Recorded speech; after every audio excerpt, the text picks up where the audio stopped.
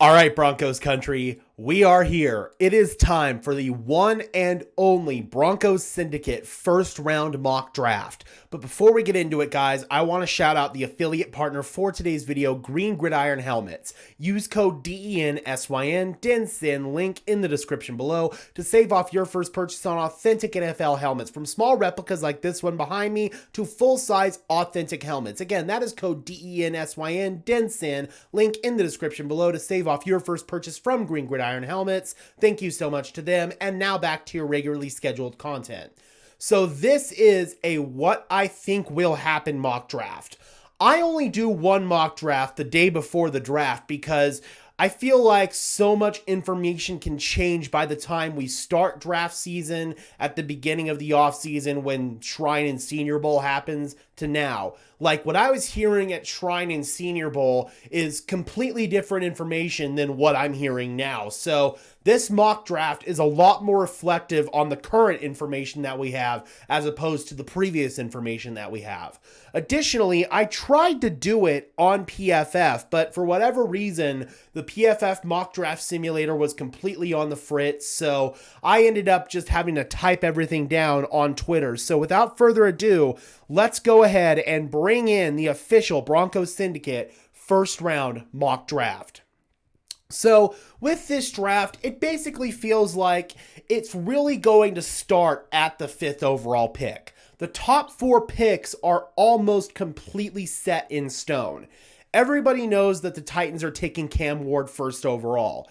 It's pretty widely assumed that the Cleveland Browns are going to go with Travis Hunter at 2, and the New York Giants are going to go with Abdul Carter at 3. And heavy reports out of New England indicate that they really like Will Campbell at 4. Now, if this were a what I would do mock draft, then I would personally go with Armand Membo, the tackle out of Missouri, at 4. I think that he's the best tackle in this class, but again, this is a what I think will happen mock draft, so Will Campbell is going to go number 4 to the Patriots, and when we get to 5 here with Jacksonville, that's where things are going to get very interesting. Reports recently have indicated that Ashton Jeanty is the favorite to go to Jacksonville. He is the betting favorite right now, according to Vegas, for Jacksonville at 5. Apparently, Liam Cohen, the new Jaguars head coach, and James Gladstone, their new general manager, they really like Ashton Jeanty, and they think that he could be the missing piece in their offense.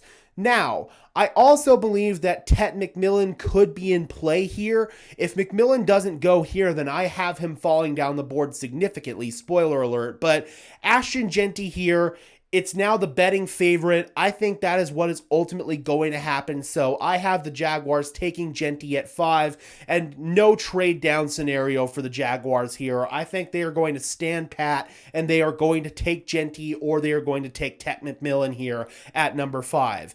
With the Raiders, previously, I had been reporting that Jeanty was the heavy favorite to go to the Raiders. That's what I had been hearing down at the Shrine Bowl. But with him off the board, they have to pivot into a different direction. And I could easily see Pete Carroll and company wanting to address the trenches. And they get the player who, in my opinion, the Patriots should draft at 4 in Armand Membo, the best tackle in this class. He played right tackle at Missouri, and the Raiders have a competent starting right tackle in DJ Glaze. He's fine, but if you could replace him with somebody who has 10-time All-Pro potential in Armand Membo, then you do that. Additionally, reports came out indicating that the Raiders' left tackle, Colton Miller, wants an extension. Membo could play left tackle, so if the Raiders want to maybe move on from Colton Miller, that's even more incentive to draft Armand Membo. So if Ashton Jeanty is off the board, I think you can pretty much put it in stone that the Raiders are going to go after Armand Membo at 6. At number 7, the Jets are going to want to get a weapon for Justin Fields here. I think that Tyler Warren makes all kinds of sense. You look at all kinds of recent mock drafts, and Tyler Warren has fallen to the Jets at 7. I think that that makes a ton of sense. They need a new tight end. They let their previous starting tight end, Tyler Conklin, walk in free agency. They're pretty set for the most part at wide receiver, so I do feel like Tyler Warren makes a lot of sense for the New York Jets. Best tight end in this class. He can play inline. He can play the big slot role. You can move him around and utilize him in all kinds of different roles.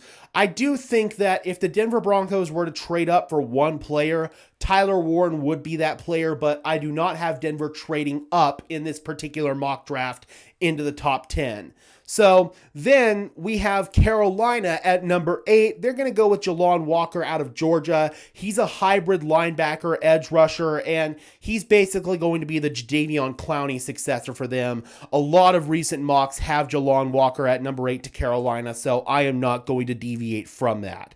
At number 9, I am going to go a little bit off of the norm here. We do have some reports coming out in New Orleans indicating that they are not happy with their right tackle Trevor Penning. That's very obvious if you look at the film. They actually declined his 5th-year option today. So I think that offensive tackle could be in play here for the New Orleans Saints at 9. And I've also seen this as a possible Shedeur Sanders destination.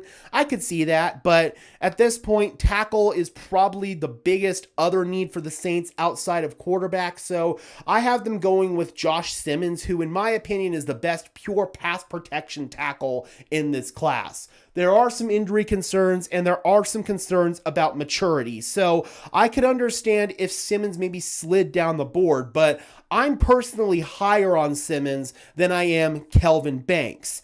Reports have come out from insiders indicating that we're going to see a lot of offensive linemen come off the board relatively early. So Josh Simmons to New Orleans, if they do not go with Shedeur Sanders, in my opinion, makes a ton of sense. Now we come over here to the 10th pick, and I know that a lot of people in Broncos country are going to be upset to see this. Omarion Hampton goes 10th overall to the Chicago Bears. There just weren't any scenarios for the Denver Broncos to trade up to get him. And in my opinion, I don't even think that Hampton is the second running back on the Broncos board outside of Genty. I think they're eyeing somebody else. We'll talk about that a little bit later on. So the Chicago Bears, reports out of Chicago have indicated that they are interested in drafting a running back at 10. And it's come out that they would be happy to draft Omarion Hampton at 10. So I feel like they get the player that they would be after all along if they couldn't get Ashton Genty. Omarion Hampton, I personally wouldn't take him in the top 10, but the Chicago Bears would feel like he's their last missing piece on their offense. They heavily invested in their offensive line this past offseason, especially on the interior, so that will make life a lot easier for Hampton in Chicago, and it will make life easier for Caleb Williams having a competent run game there. At number 11, I have the Mason Graham slide finally stopping. I think he goes to the San Francisco 49ers at 11. I've seen Graham mocked potentially up here in the top 5. I've seen him mocked number 4 to the Pats, number 5 to the Jaguars, but this is just how this particular board happened to fall. I do think that Mason Graham would be excellent value at 11. He's the best interior defensive lineman in this class, and San Francisco, it seems like they've always had good interior defensive linemen, so they just continue to add to that pipeline by getting Mason Graham. At number 12, I have the Dallas Cowboys going with Matthew Golden. That is a very poorly kept secret at this point. The Cowboys want to keep Matthew Golden in the state of Texas. They want him to be their wide receiver 2 alongside CeeDee Lamb, so they are going to get their wish. Ashton Genty would have been the pick here if he had somehow slid to 12, but I don't think Genty is going to slide outside of the top 5, so Matthew Golden will be the pick for the Dallas Cowboys. At number 13, I have Jahdae Barron, the cornerback, going to the Miami Dolphins. Now, I did debate putting Kelvin Banks here because tackle and guard is also a need for Miami, but with the reports coming out of Miami indicating that they're going to move on from Jalen Ramsey, I do feel like they're going to need somebody to replace him, and they don't have really anybody in that cornerback room who's a competent starter outside of Ramsey and maybe their nickel Kader Kohou, so they need somebody who can step in. I think that that's one of their more glaring needs on their roster right now, so they go after Jahdae Barron. Number 14, I know this one will also pain some people in Broncos country. Colston Loveland comes off the board to the Indianapolis Colts.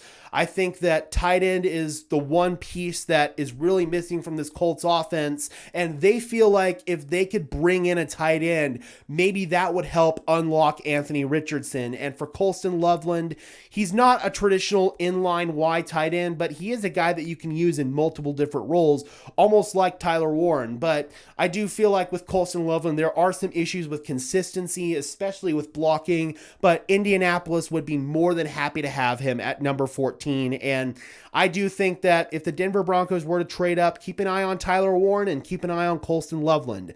I think Denver likes these tight ends a little bit more than they are letting on. Number 15, Atlanta finally gets their edge rusher. People thought they were going to draft an edge rusher in the first round last year, and they surprised everybody and went out and drafted Michael Penix. That actually worked out pretty well for them, but they still desperately need some help in their pass rushing department. So they bring in Mike Green, who on the field, let's just make it clear, Mike Green is an awesome pass rusher. His technique is sound. His hands are great. I think that he's got an excellent swipe move. I think that he's super athletic. He's a physical freak.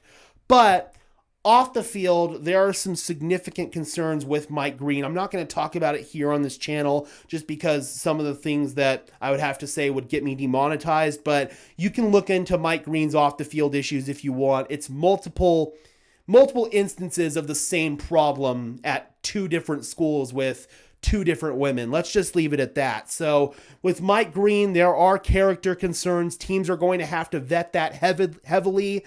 And if they do feel like Mike Green is still worthy of being drafted, then I think Atlanta and number 15 makes perfect sense. I think that he would be an excellent addition to their pass rush, but you do have to worry about the off the field stuff with Mike Green. At number 16, I have the Arizona Cardinals going with Kelvin Banks. Kelvin Banks is a guy who is a little bit controversial because of his arm size. He's got smaller arms, and for some teams in the NFL, if you don't meet a certain arm length threshold, they're going to consider you a guard instead of a tackle. That's just how certain teams operate.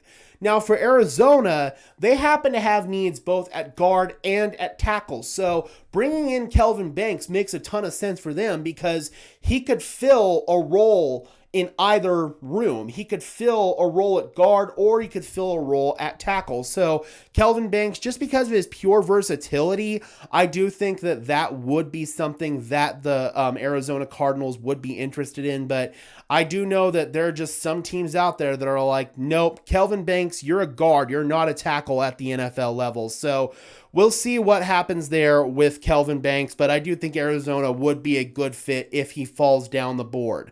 At number 17, Cincinnati finally addresses trenches with Walter Nolan. I think that also we could maybe see offensive line here, not wide receiver. God, if they went wide receiver, I think that fans would be storming to Paycor Stadium with their torches and pitchforks. But I do think that offensive line could also be in play here for Cincinnati. They need to get somebody in the trenches, regardless of what side of the ball it is. Walter Nolan's probably the best trench guy who's available right now, so I am going to go with Walter Nolan. He's got an insanely high ceiling and could be an excellent fit on this Cincinnati Bengals defensive line.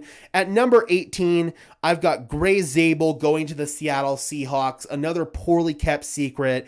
Zabel can play center at the NFL level, and the Seahawks had their center retire in the middle of the season last year, so they have a big need there. I think Gray Zabel is probably one of those picks that we knew back in January. Tampa Bay, I have them going with Mykel Williams, the edge rusher out of Georgia. I could also see this being a Jahad Campbell destination, but I value edge rusher quite a bit more than I value off-ball linebacker, and I feel like Tampa Bay might view it in the same way.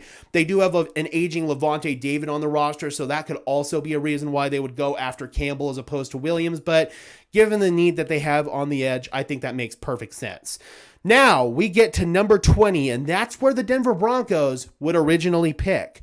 But I think that with the way the board's falling right now, Denver could maybe take advantage of Shedeur Sanders being available at the 20th overall pick, and they could maybe take some calls about a potential scenario to trade down.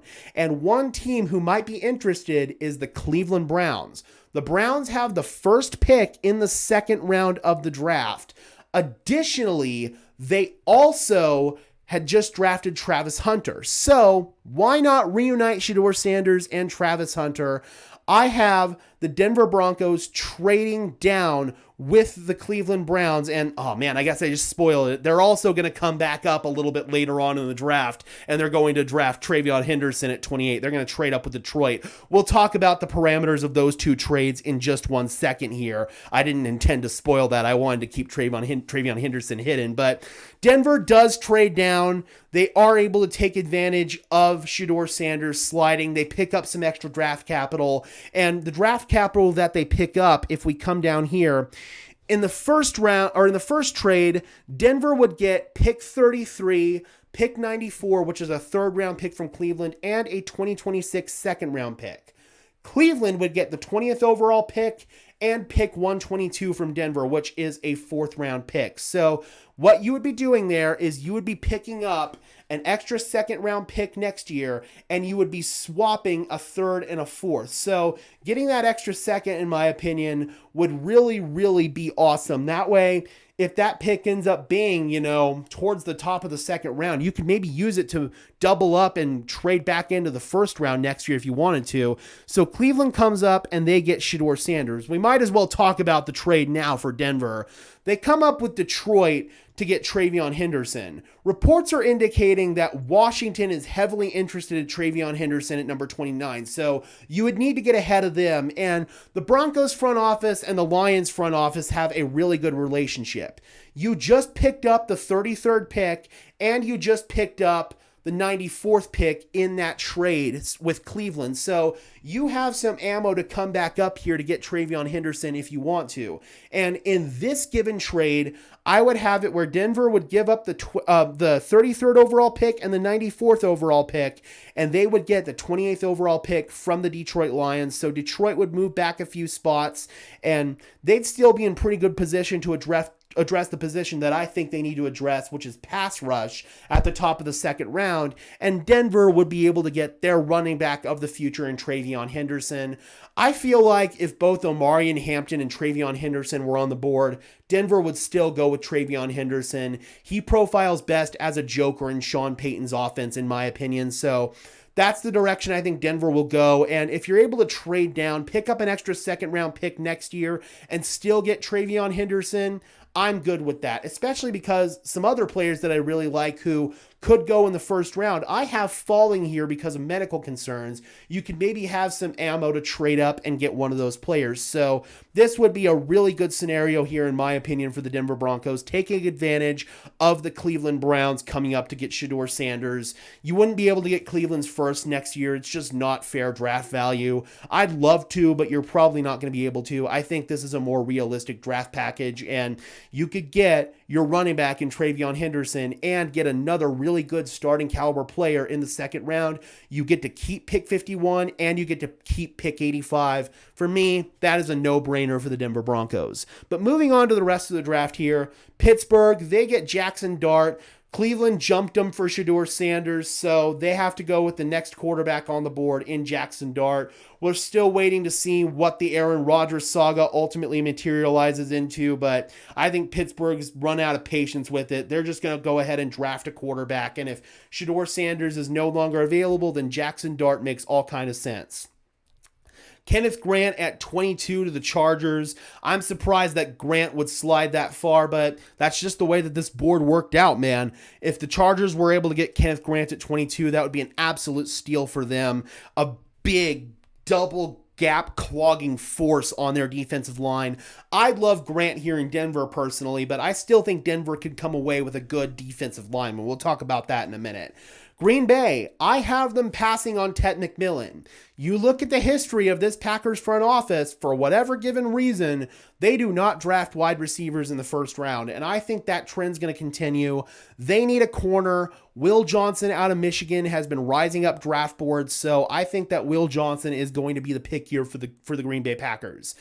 I have the Minnesota Vikings going with Nick Emenwari. Now, Malachi Starks is another safety that could be in play here for Minnesota, but I'm seeing a lot of mocks that I trust going with Emenwari, so that is ultimately the direction that I am going to go.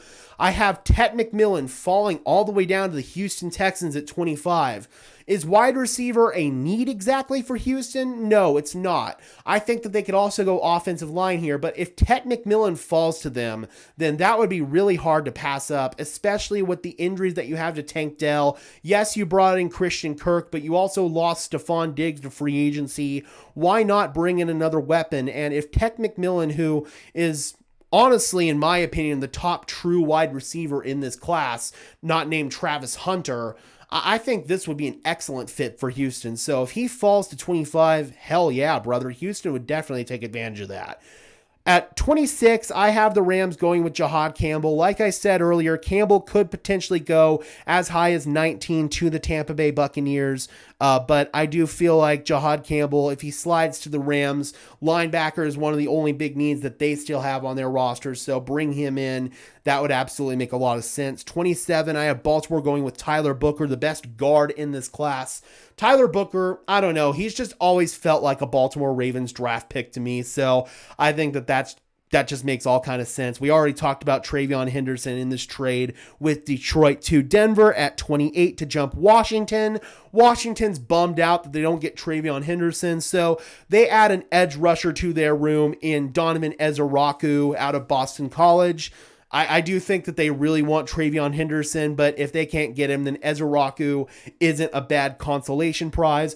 Buffalo goes with Malachi Starks. They take advantage of Nick Emenwari going to Minnesota, and they fill a big need at safety. Kansas City, they've got massive needs at offensive tackle, and probably the best one who's available still is Josh Connerly, so that's the direction that they go. And Philadelphia continues to bolster their trenches by adding Shamar Stewart on the edge. So that is my full first-round mock draft for the NFL, guys, and I think the Denver Broncos are coming away with really good value here.